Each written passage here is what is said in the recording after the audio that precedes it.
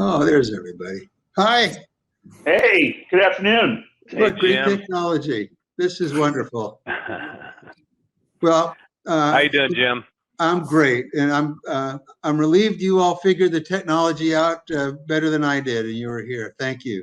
And I thank the audience for joining us. This is a really great opportunity. You know, all the things that are going on right now with the transformation the auto industry is going through, it's all focused on the retail side of the business, which is, of course, I guess the popular piece for the news media. But the meat, the business of this is the commercial side. And boy, I think Catherine's done a great job. And don't be fooled by stereotypes. She has the knowledge. She knows what's going on in this business, and is bringing an opportunity for those of us in the commercial side to explore and understand what the future is going to be, so we can prepare ourselves. This is a panel that's going to really start today. Mandar is the leader in upfits. Kirk has got control of the money. We all know, right, Shaun? We don't sell trucks. Kirk sells the trucks. That's exactly it. And Shaun, who's the president and CEO of Isuzu Truck of America. So we're going to talk about the transformation of the industry on the commercial side with inside. And then tomorrow we'll have a panel like this with dealers when Rhett Reichert and Charlie Gilchrist join us. So, okay. So that's the idea that we're going to start with. And I want to begin with the discussion sort of with more short-term things that we can use to plan our business today, and then kind of go into what we'll be thinking about for tomorrow. So how do you all see the industry right now, kind of short term, this year, the rest of this year, after all the stuff we came through with COVID? What have we learned? What are we taking forward? And how do you see from your business this year winding out? Mandar, why don't we start with you? Well, great. Thanks, Jim. And Kurt, Shaun, Jim, it's great to be here. I mean, I wish we were sitting together somewhere having this conversation. However, you know, it's just not going to work out that way, but we're getting closer to something, hopefully. But Jim, I think in the short term, the way we're looking at things, and I think the entire vocational work truck industry is really, really, I mean, we're pretty excited. The customer demand is strong. I mean, very strong for product.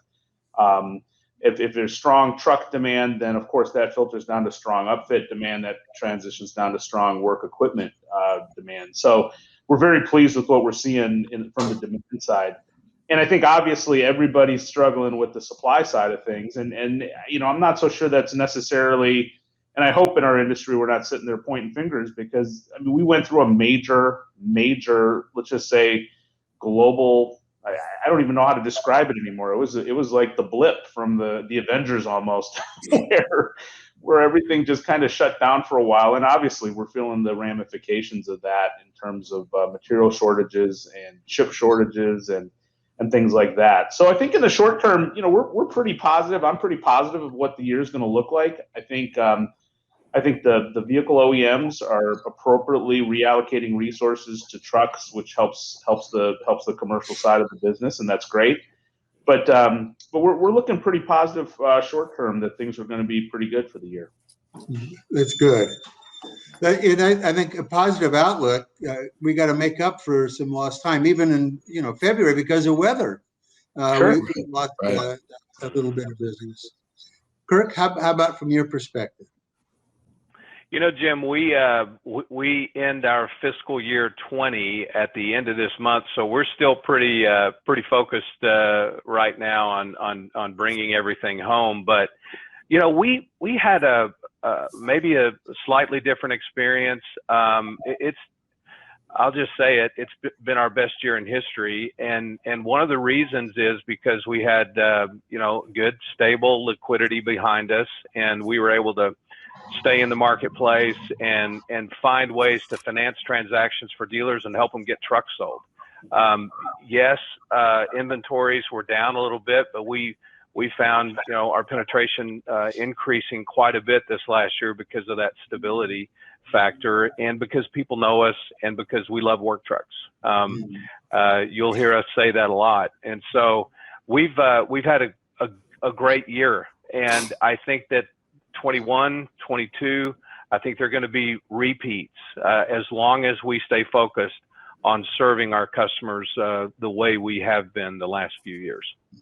That's great. Well, then how about Shaun, from your perspective, how do you see the market for your vehicles? And maybe you can make some comments on from your view of the inventory outlook with the chips and so forth. Yeah. First of all, Jim, thank you to you and Catherine for letting me participate in this kind of an interesting deal. As you said, I think trying to figure out the technology is one challenge, makes me kind of learn things a bit better, but thank you for that. To echo, I think what Mandar was saying, he's probably more impacted by this than Kirk would be as far as the capital is concerned, but just the supply chain, the fragility of the supply chain. And I think that last year about this time, March, April, and May, everybody pulled their horns back in because we were concerned about what was going to happen. You didn't want to be caught with too much inventory. And then I think surprisingly, the market did reasonably well. And we've actually seen some good growth with things that are going on. So from a supply chain standpoint, we find that the demand probably increased quicker than we expected. It's been difficult to kind of dig out of the hole because now you have this fragile supply chain that really can't respond as quickly as it's been able to. Being a global company, a lot of what we get is from Japan, and they're having to meet the needs of other markets throughout the world. And so we're battling for shelf space on that. So as you're saying, not only are we challenged with like the chip supply, there's also shipping issues, the transportation, logistics. I think, the thing that we've been trying to explain to our dealers is right now we can't keep up with demand. And I think that we're struggling to try and get them to a point where we're used to carrying port inventory. It's depleted. We haven't been able to do that. The dealer inventory, there is still some, but it's down. But I think that is going to be a challenge, at least for the next, I would say, 6 to 12 months, just trying to keep pace with the demand that's out there. I think from an overall point of view, one of the things we saw occur was we really knew that our business, being the medium duty or commercial industry, was going to get some lift from e-commerce, the final mile. That was accelerated during COVID. A lot of things that you lost out, like on airlines and things that we sell to, was more than replaced by what we saw with e-commerce and transportation of goods, more home deliveries. And so I think that what we've seen is those things that we knew would have a longer impact to the industry have been accelerated. It was a catalyst. COVID, to some degree, was a catalyst to that and really expedited or sped things up as far as that business was concerned. And we're seeing things grow. I mean, a lot of people that are on this conference today, one of the things we're seeing is delivery of vehicles to people's homes. That's an area that's growing, and our trucks are being utilized in that. And I think that grew massively at the tail end of last year. And as we're moving into this year, we see a huge demand for that. So interestingly, we're seeing things grow from this that we maybe didn't expect. Some that we did, others we didn't. But I think the biggest piece is that you've got to plan out further, because that supply chain right now is not allowing us as OEMs to respond as quickly as we would like to. And I think that's the challenge. Business is a bit better than everyone expected. And I think trying to keep pace with it has proved to be more challenging than we thought. So that's kind of my view. I think longer term, we're going to just continue to see growth in the medium duty area because of e-commerce, final mile, and all those things. So I think that it isn't going to let up anytime soon. That's interesting. And, it may also be once we all get a taste of lean inventories, lean production, it should become more of the norm. So even though there'll be a recovery, I hope it really does help profitability, lower inventory, and the advantages of having hundreds of vehicles in stock may not be as important in this kind of digital world that we're in. So maybe this is like COVID has it's accelerated some trends that maybe are inevitable. I think that's a really good point. Super good point. Yeah. Yes. And that's something that we work heavily on. And I know, Jim, every vehicle that you bring in is an expensive piece of equipment, and all of that you've got to hold in inventory. That's a strain on the cash flow. There's holding costs. There's money cost of it. So anything that you can do to try and true that up the best you can is certainly, we're going to try and take experiences from this and learn from it. No question about it. You brought something else up that's kind of interesting, and that is the delivery at home. This kind of digital technology that's been infiltrating the industry is largely, again, retail. But I wonder, how do you translate that into efficiency and customer transparency and empowerment for the commercial vehicles, and especially for upfit. Mandar, I wonder how what role this digital revolution is playing with you. Well, I think the challenge on it is that when the perception and actually the reality in many cases is that when you see an upfit truck, it doesn't mean it's going to be the same every single time. Everybody's got a different little tweak or modification they want to make. So there's obviously that customized side of things. But on the transactional side, when you look at a lot of the dealers that are in commercial today, I mean, they're starting to take advantage of the platforms that are out there, Work Truck Solutions being one of them, to start listing commercial inventory and driving and drawing people in, the same way that they're doing on the retail side.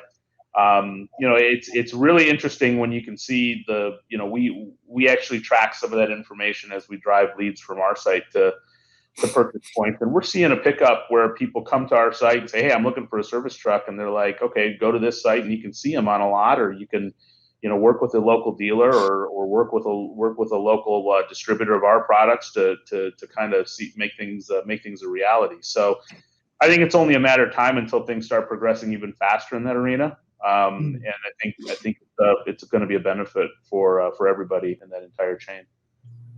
I guess same thing, Kirk, for you for financing. More and more, that's Yeah. probably going to be on the computer.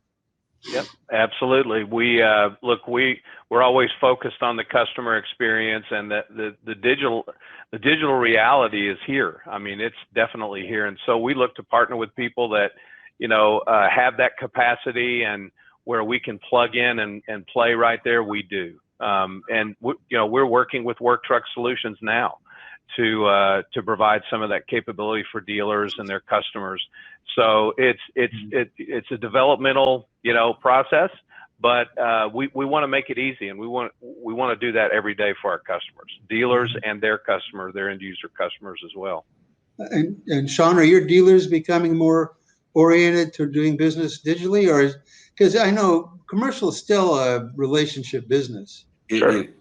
It is. Yes, they are, Jim. I think it's probably at a slower pace. We always tend to run behind, I'll call it the retail or light duty segment. I think it's complicated by the fact that we sell a chassis. We need Mandar because they put a body on our vehicle, and really it depends on them. There are so many unique applications. The most common is a box that we all see, whether it's a refrigerated box or just a box of dry freight van body. But there are so many, subtleties. The dealer has a requirement, I think, to stay engaged, and as you said, to some level, that it's a relationship business. But we do see a trend where, and I think it's unavoidable, that you're going to have more and more people going online to purchase their vehicles. And I just read this morning, and you guys are probably up on this better than I am, Volvo is now saying that they're moving to, I think they're trying to drive 100% of their vehicle sales through the internet, online, somewhat like a Tesla type of situation. And I think the success that they've seen there. So I think that's the trend. I think we're probably going to have some complexities that you still have to do weight distributions and be sure it's the body that needs to be matched to the chassis, cabin chassis.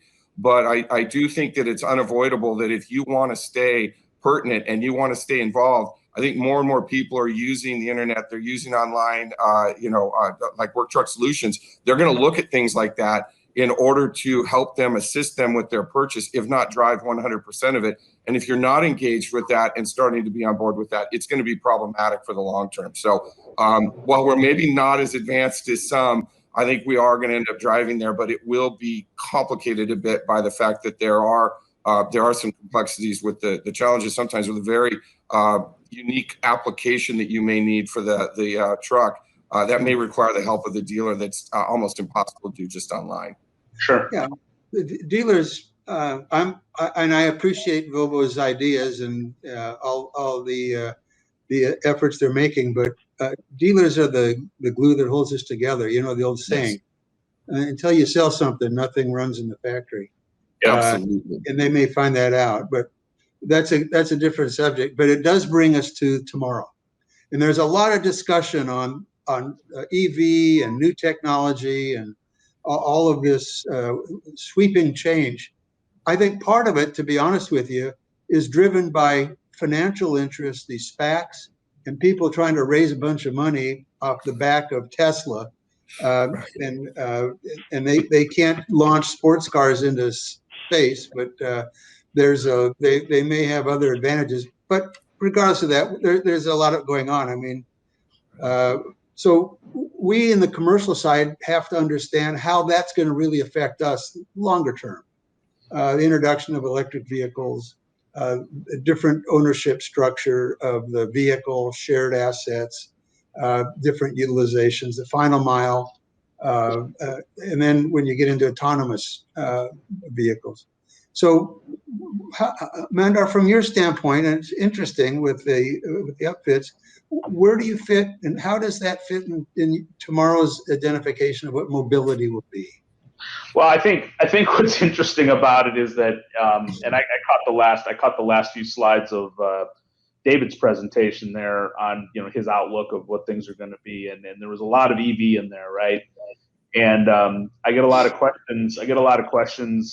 From folks saying, "Hey, are you guys ready to have this for an EV product or that for this?" And I sit there and I think about it, and I'm like, I said, we'll be ready for that. But I think what's most important right now, and David actually had a point on his last slide about the infrastructure being ready for EVs, right? I mean, if you think about it and you say, okay, some of the public statements, General Motors being full electric by 2035, some of the major trucking companies that are looking at electric or electrification or fuel cell type or hydrogen fuel cell type vehicles.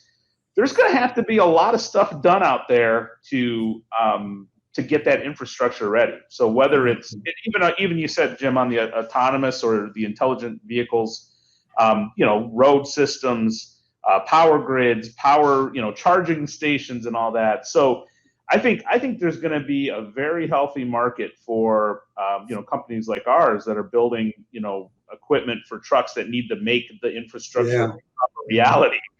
I think that's going to be a pretty promising premise for us to start thinking about, is that, hey, there's going to be a lot of work that needs to be done in terms of getting ready for this new future. Even coming out of COVID, this call that we're having today is Zoom, right? Or I'm sorry, it's StreamYard we're using, right? But my point is my kids sit at home and they're doing school from the computer. They're expecting bandwidths.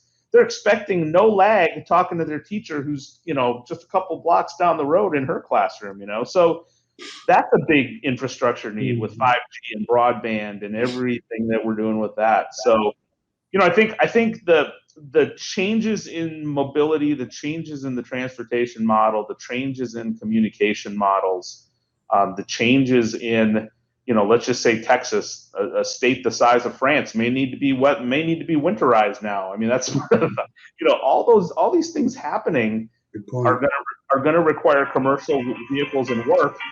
Yeah.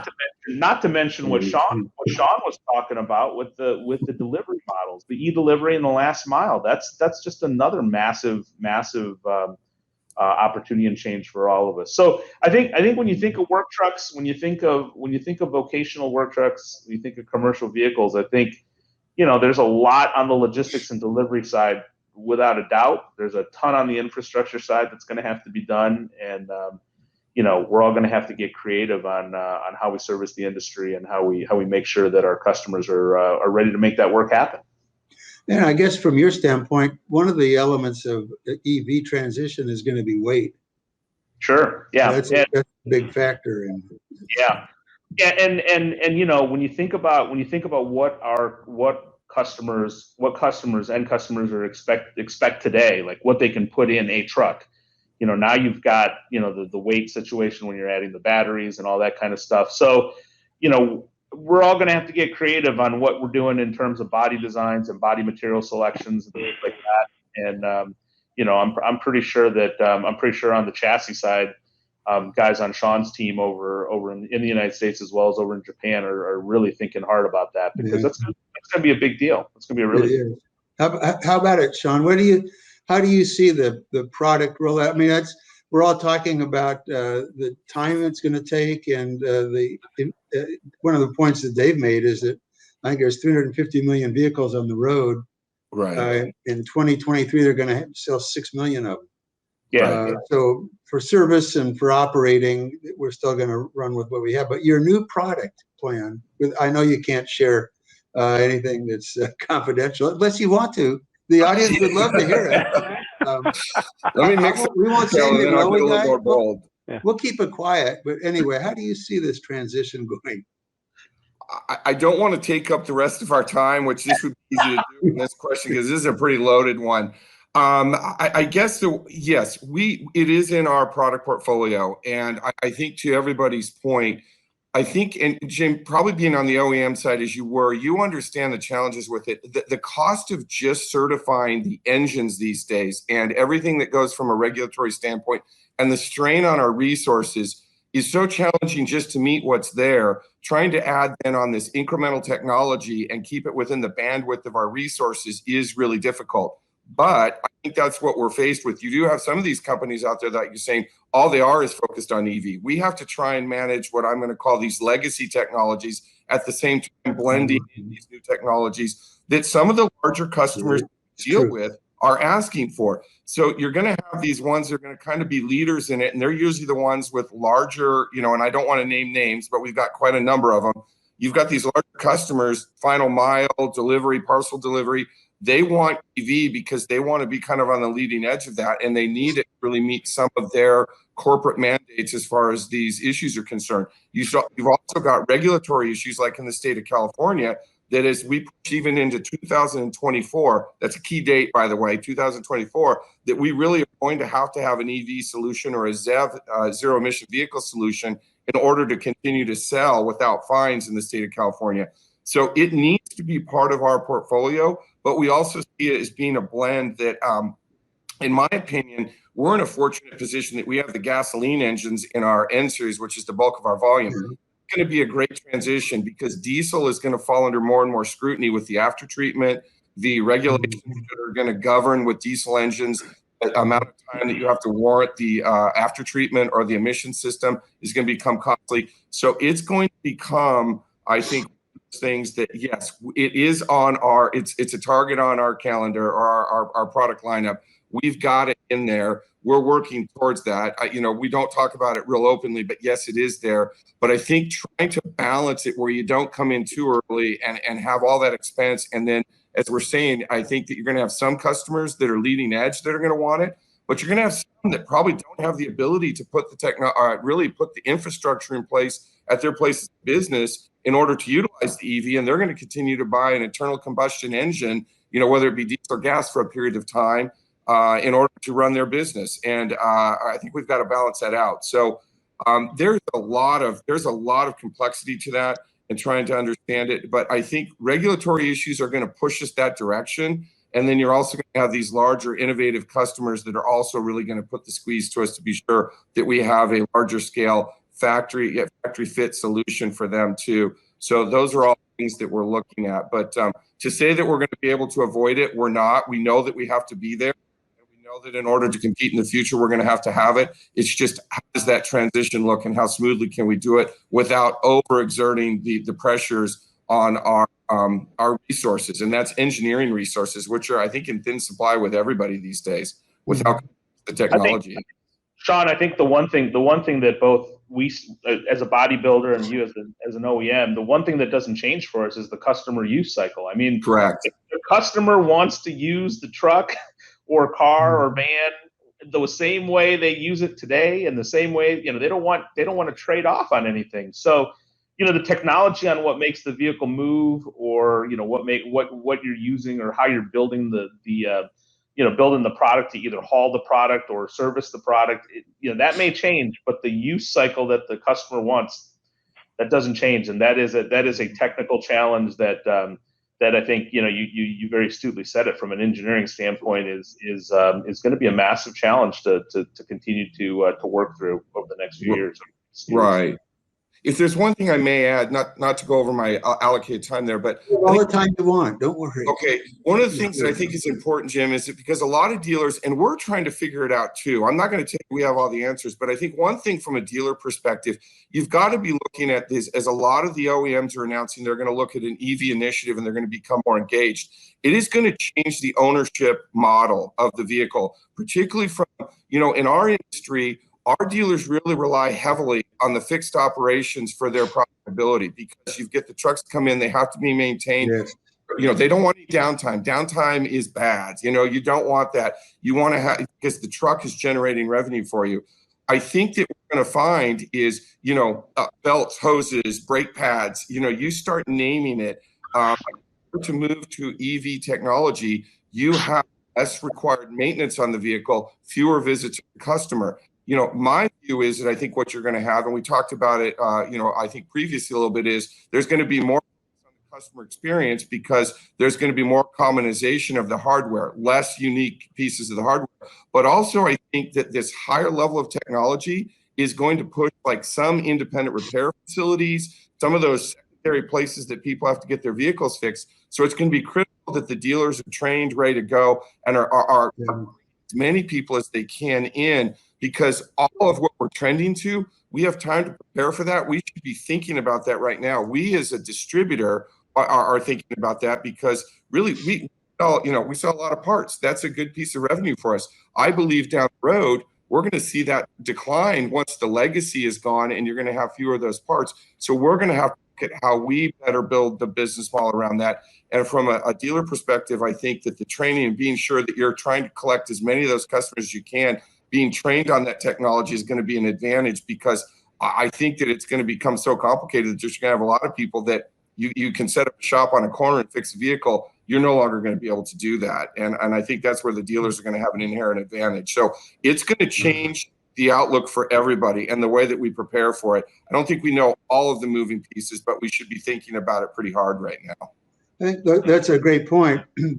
But, eventually that's going to become more preventive maintenance or with machine learning, a little bit like maintaining airplanes, where things are going to have to be replaced at a certain point in time, especially when they're AVs. So it's a different level of technology. And then, of course, for parts, it's like a Ferrari.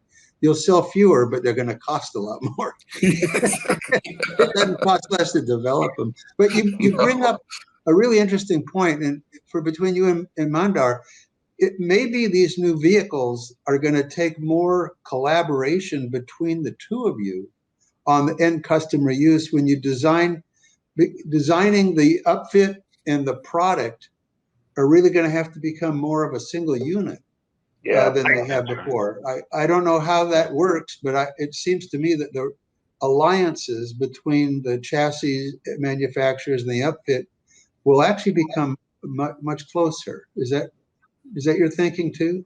Yeah, and I think on our, from a, obviously that's the biggest challenge, is creating that linkage, and we spend a lot of time working with the various OEMs. We spend a lot of time working with Shaun's engineers, but also the engineers at the other major commercial OEMs to really understand, hey, if you want us to put a body on this truck, you can't put that there, or right.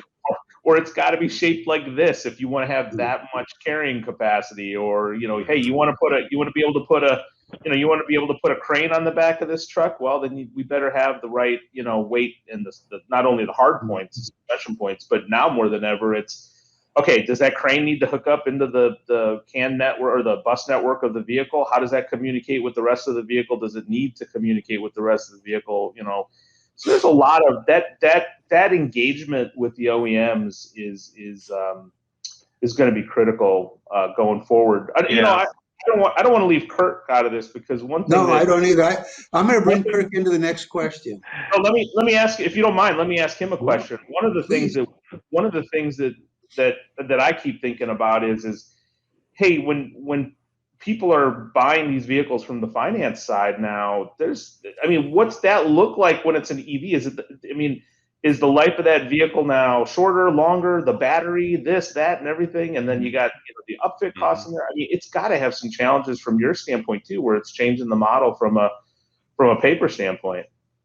Yeah, we started thinking about this mobility effort back in 2017, and we're a little bit in the same boat that Shaun is in, and you, Mandar, in that we have our core business, which is combustion engine, and we need to continue to serve those customers. But we did start running the rail of mobility back in 2017, and where we focused is on the supply chain.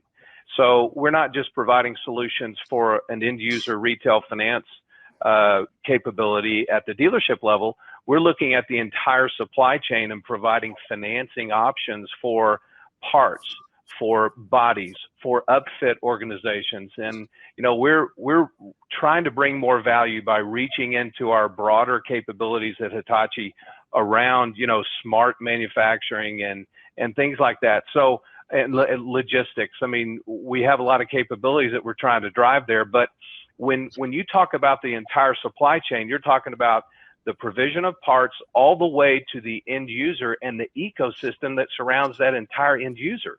And so we need financing solutions at every single point along the supply chain, and those are the solutions that we're bringing and building as we go along. That EV situation is going to look a lot different than what we look like today, because most of the EV technology that's out there is way more oriented futuristically on providing those end user economics. I mean, things like cold chain management for a refrigerated guy or gal. I mean, they need to know, is the box of strawberries at the right temperature for me to deliver it to this grocer?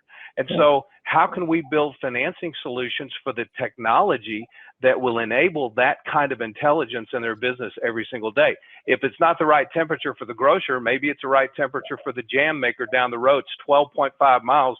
You want route optimization, and you want to take it to the jam manufacturer. So there are a lot of financing considerations today and for what we're talking about tomorrow. No doubt about it. That's a great point. And then in this future, the dealer's role right now in getting the financing put together is part of the deal. Mm-hmm. In the future, or are you now? Do you deal with large company fleets, or do you deal with the end users, and then how do you incorporate the upfit and the finished product? Is it still through the traditional, and do you see still using the traditional dealer F&I process network? Yeah, so I think that the dealer plays a very critical role in being a consultant to that end user customer. And we couldn't possibly multiply ourselves. I know the digital effort is coming, but I still see a deep need for that local consultative expertise. And it's gonna be that way on the truck itself. I think it's gonna stay that way for the financing as well. I know that Tesla goes direct. I know that's a model. I get it. There are so many different applications for what end users do in the commercial truck space. Yeah. I don't see that going away anytime soon. Maybe 20 years, maybe. I don't know. I see the need there. There's a big need for that consultative expertise at that dealer level. Yeah. Plus, there's going to be, I don't know if there's going to be different ways of asset sharing. Or different use strategies for not owning vehicles, but different kind of leasing. Mm-hmm.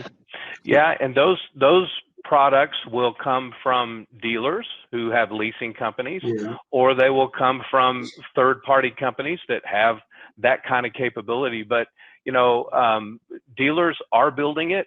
They can build it. I mean, they do it today in many ways. You can talk to a good number of our dealers in the Northeast who have their own leasing companies, and customer A uses the truck for a certain period of time. They have a rental product, so it's kind of out there. Asset sharing sounds very new, but and the technology that people are wrapping around it is definitely new, and it's definitely effective and efficient. But you know, dealers kind of do it today in many areas of the country. Right. They do. I guess, and Mandar, you have dealers that represent you. Well, we have a network of 240 distributors. Distributors, yeah. Yeah, that basically buy product from Knapheide, and then they upfit it onto dealer chassis, end user chassis, fleet chassis appropriately. We also do some deals directly with OEMs or through fleet management companies such as Kirk's company or others. But yeah, I mean, I think Kirk said it pretty very accurately that, you know, it's great if you're buying, you know, a Tesla. If a Tesla is a Tesla and a Model S, and you can choose a couple things and the basic fundamentals of it is the same, it makes sense.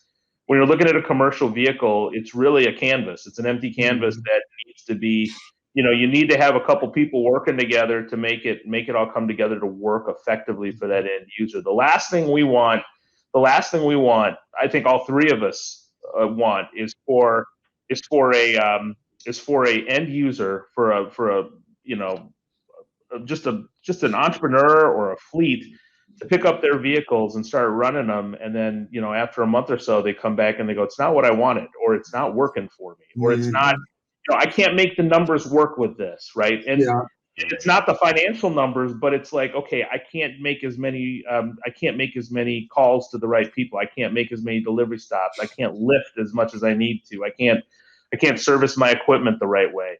So I think that's where the, you know, the whole value chain from body manufacturer to distributor / upfitters to dealers to end users, and in there you've got the finance arms, you've got the fleet management arms. I think that's a very necessary chain of individuals, chain of enterprises that brings us all together. And it's only going to amplify. I mean, I think as the model changes, as the tools change, you know, everyone's gonna evolve into a new role or a modified role, and I think there's going to be plenty to do going. Oh yeah, that's true. I'm not thinking that, you know, tomorrow we're going to be you know, putting a body on some truck here and then shipping it on the back of a truck to somebody and delivering it to their house. I just don't see that happening. Yeah. But I do see some changes on, you know, how are we communicating through that chain? How are we working to make sure that truck or the financing or the upfit, how is that being put together? How are we making that come together quicker? You know, I think there's going to be some definite evolution and some changes with that. But it's all pretty exciting stuff. It's all very exciting stuff. It is. That's the future. I wish I was half my age and I was just starting out to see all this and be part of it. You know, that it brings up the point that this is going to affect bailment pools, and that the process, the way we're ordering vehicles. I don't know. Have you thought about that, Shaun, in terms of your own distribution strategy and allocation of product? Well, first thing I do want to, you guys each got to ask Kirk a question, and my question for Kirk is, can you lower my rates? Hey, oh man, they're going the other way. I figured this is a good opportunity to do that. Back to the real question. I figured that if I'm going to take my shot, now's the time, Jim. Because I love it. Good job. I think from a bailment pool, we work a little bit differently because we build a lot of the stuff and bring it in. And I don't mean to oversimplify what we do. I've always said we do a scoop of vanilla, scoop of chocolate. It makes it easy for the dealers to kind of say, here is kind of a series of trucks, and then we fit well with some vocations. If it gets highly specialized, sometimes that's maybe not in our wheelhouse, but we carry a lot of port inventory. What we will do, though, is we will work like with Mandar and Knapheide and a few others that we come up with, I would say, that are, I'll call it down the fairway, more of the, you know, more volume there. And we will pre-build units that way, if a dealer or a customer comes in and needs it right away, they don't have to wait for the vehicle to be built. It is going to become a little bit more, I would say, much more important for us to get that right, that we're not building stuff that is very obscure and just sits there, because as you said, I think the complexities of all of this are going to grow as the technology gets further and further along. I'm hopeful, though, that really, when you boil it down, we're talking about all of the technology changing on what has to happen as far as the build of the truck and the body is concerned. As I mentioned earlier, the reality of the way people use the trucks, that may stay, that'll change some, but I don't see that evolving really super fast, because a guy that's in construction, or let's use us as an example, a street sweeper. We sell a lot of street sweepers. That's probably going to stay pretty consistent, but how we build the product for them is going to have to change dramatically. Some of the more simple applications won't have to change as much, but there's going to be some real changes on how do you fit that vocational requirement or that need that we're building to as far as the end user. How do we ensure that as we evolve with the technology in the truck, that we can still build around that application? That to me is the biggest concern, because the stuff that we stock in, I'll call it, bailment pools, or that we hold, we call it road ready with the body companies. That will probably still be that scoop of vanilla, scoop of chocolate that's a more common use, like a dry freight van body, or a construction, a utility body that we would do with Knapheide. I think that will not change dramatically, but I think what's going to change dramatically is how do we ensure that we take the chassis, cabin chassis, and the body, meld them together and able to deliver the vehicle that meets the requirement of the end user. Like Kirk said, refrigerating the strawberries to take it to market or the jam place, or like Mandar's company, we do a lot in construction with them. How do we ensure that all meets the bill or fits the bill for those end users? That's going to be the important part. And there will be some complexities to that, but we can't lose sight of it, because we like to get kind of the engineering of the truck and the bodies, but the reality is, how does it get used? That's what we can't lose sight of, because we've got to meet their needs. It's much more of an integration, I think, of the whole chain of all of you. And the other part of this is that I think customers are going to expect much faster service. I think that's the thing, Jim, about, and we're one of the, as everybody knows, I mean, we're a pretty active participant in bailment pools, but I think you have to be able to adapt to the different models that make sense to the chain with who you're playing with, right? With Isuzu, it's a different model. With other people's, it's a different model. It's just how you adapt to it. But I think you hit it on the head. It's how do you get the vehicle to the user in the most expeditious manner, right? Mm-hmm. And as we all know from lean manufacturing techniques, it's okay. Do you streamline it? Do you add inventory pockets throughout the channel to make sure that you can customize as you need to? There's different ways of doing things. But I think at the end of the day, it's just with the change in technologies, is since we've been pillaring on that part. I don't. There's going to be some changes to the way the logistical process works, whether it's through pools or direct upfits at OEM sites or something. I mean, there's going to be some evolution to that, but it's going to be speed to market is going to be key. How quick can you get me that, right?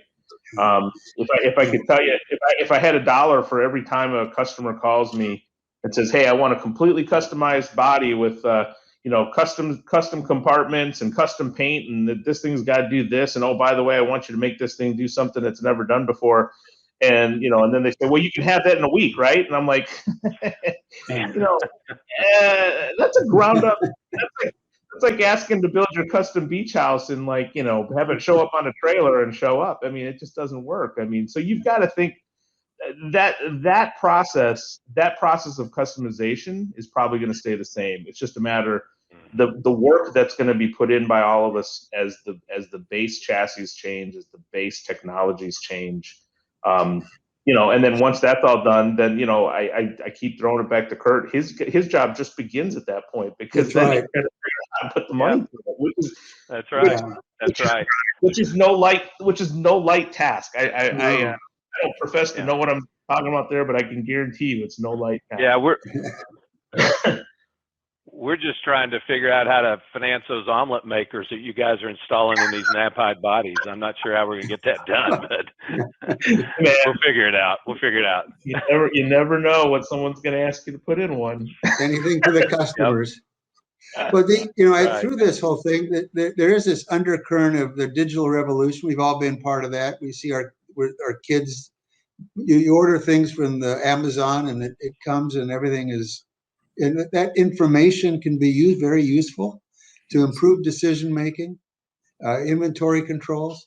And that's really where Work Truck Solutions has been focusing. And I think that you all have a perspective. How do you see this digital impact improving your business from a standpoint of using tools like Work Truck Solutions? Mandar, how do you see that? Well, I mean, working with Catherine and her team, one of the things that we're learning a lot now is we're knowing, where are trucks in the value chain, right? Mm-hmm. A lot of times what used to have, and what trucks are where, what's our presence in different markets, things like that. It's just giving us giving us some better insight to be a lot smarter in our approaches to the market, and a lot smarter in understanding what our end consumers are using. Once the truck leaves, typically once it leaves the factory and it's at a dealership, in the dealer inventory system, it's listed as a truck with a VIN. And in the past, very rarely did we really know what's on the back of that truck. They may go put something. Whether from a finance standpoint, you guys have the same problem. From Shaun, from an inventory standpoint, if you look at all your dealers, you have the same problem. And on the commercial side, it just compounds itself. So being able to have some insight and some visibility on what's out there, and then using that to properly work that through is important. The biggest thing for us is if we get, when we talk about the digital thing, if someone comes on our website and says, hey, I'm looking for a truck. Okay, I'm looking for a truck. I'm looking for a service body truck. Can you help me get one? Okay, we can start them down the path of, here's your distributor. Then they work with the distributor. Then they go to a dealer. Then they guide the truck to the dealer. Sometimes it's easier just to say, look, within 50-mile radius of you, here's where we got some trucks that are out there in the wild. Yeah. We call them in the wild.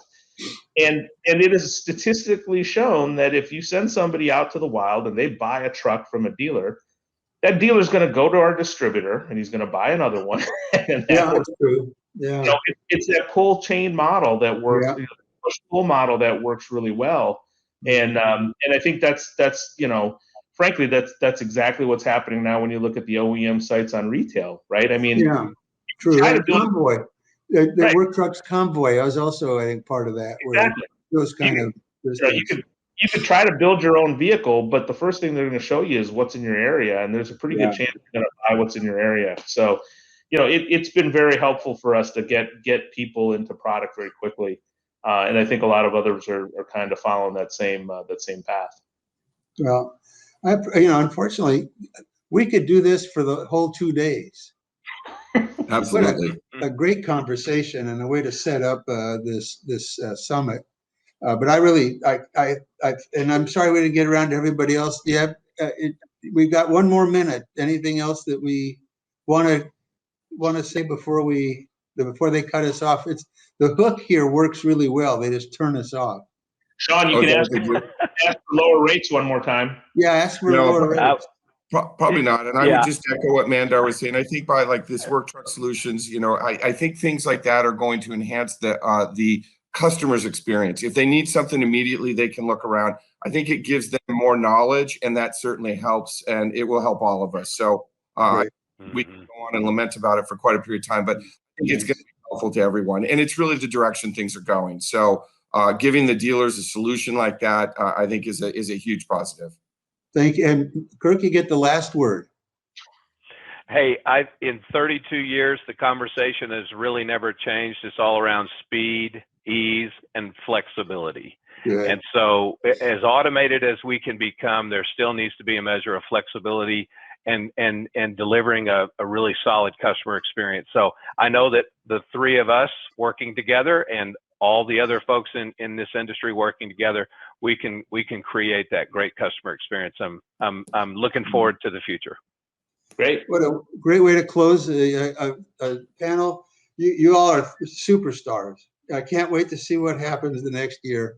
Thank you very much for your time. And I think, I don't know how we unwind. You guys have to, the technology crew will probably unwind us here. Gotcha. So, thank you. Just say